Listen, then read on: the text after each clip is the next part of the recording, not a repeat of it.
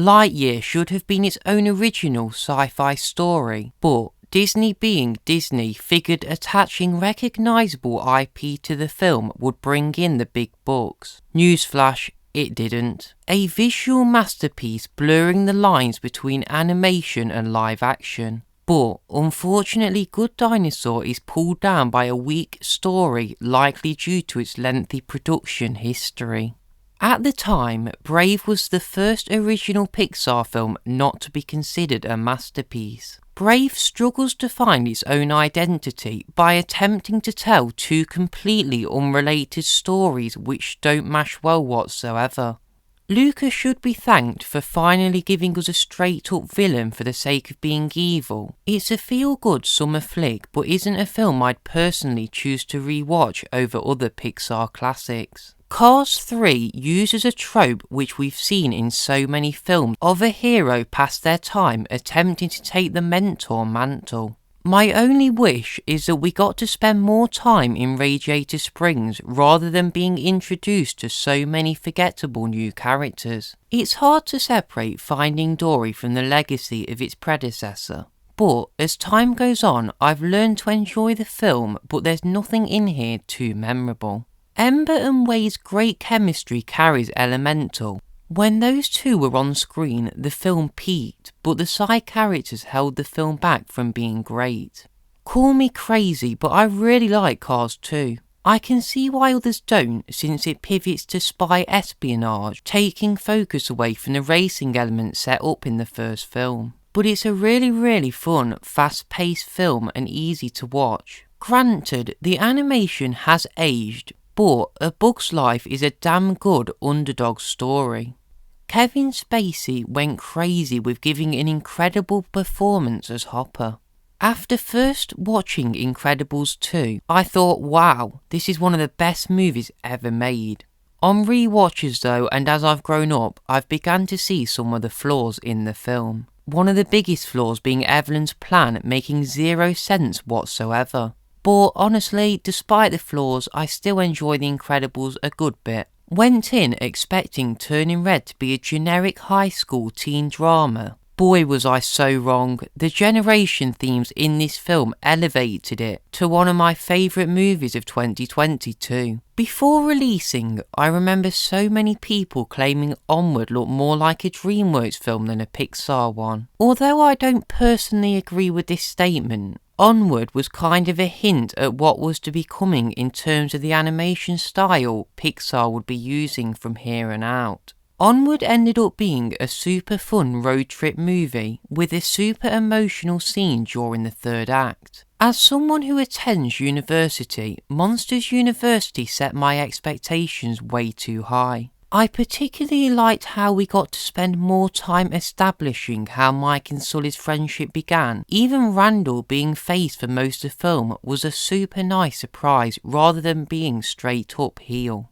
Can we just appreciate how we've never had an installment in the mainline Toy Story franchise, which is anything less than great? Sure, it was nice to catch up with Bo, but Gabby's arc was super unique for the franchise. Book of Life was good, but Coco is in a whole league of its own. Adrian Molina gave plenty of time to flesh out each and every one of his characters, to the point that I still get emotional watching Coco even after hundreds of times. We all know Pixar love the trope of buddy leads in most of their films. Sully and Mike have great chemistry together, and Boo adds an interesting element to the film and Monsters world. In 2024, Toy Story was just as fun as ever. Its short runtime is also a nice change of pace for Pixar. People like to say that Up peaks with the opening, but falls off a cliff afterwards. I strongly disagree, because Up's greatness only continues to grow as we arrive into Paradise Falls in my opinion.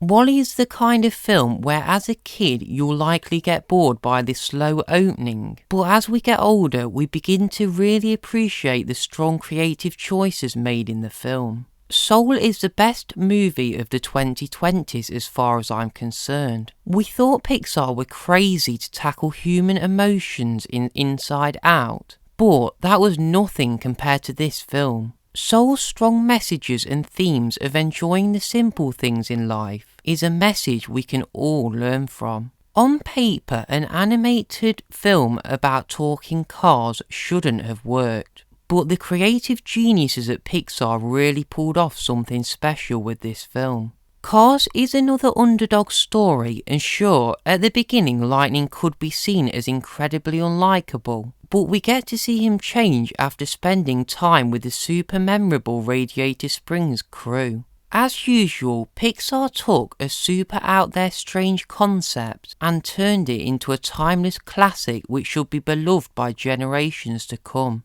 Pete Docter just doesn't seem to miss, with each one of his films being a masterpiece. A prime example of how a sequel can be as good or in some cases better than the original. Toy Story 2 delves deeper into the Toy Story lore, questioning what a toy is truly made for. Not only did Brad Bird give us one of the best villains of all time in Syndrome, but he also gave us a grounded, focused family drama which is so rare to see in superhero films these days. Toy Story 3 is quite simply a flawless masterpiece. There's not a single flaw I can even think of, and one of my favourite things about the film is the focus on all the side characters. That was one of my biggest problems with Toy Story 4, how all the side characters seem to get benched. Imagine if Ratatouille was made by Illumination or heck, any other studio. It just wouldn't feel the same. Pixar's creative genius minds are the only one to do this quirky idea justice. Pixar, please never make a sequel to Ratatouille. Film is subjective. I've just always resonated with Finding Nemo myself and have always appreciated something different about the film on each rewatch. The incredible film score should be recognised more, and I generally hope to see the Tank Gang get some kind of spin-off in the future. This is just my personal ranking of each Pixar film. These aren't necessarily objectively the best films, but they're just some of my personal faves. Some people say that Pixar have lost their touch in recent years. I simply don't agree personally. If you look at films like Turning Red and Elemental and even Soul, each one of these films has the same heart and charm of some of the earlier day Pixar films. Inside Out 2 has the potential to be the best sequel outside of the Toy Story franchise, and even though we haven't got much to go off yet except a trailer, I have a lot of faith in the film.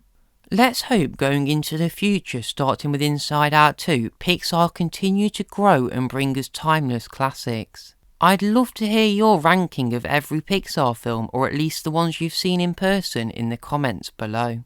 Also, what were your thoughts on the Inside Out 2 trailer? I really enjoyed it myself, like I say, but I'm curious to what others thought of it themselves.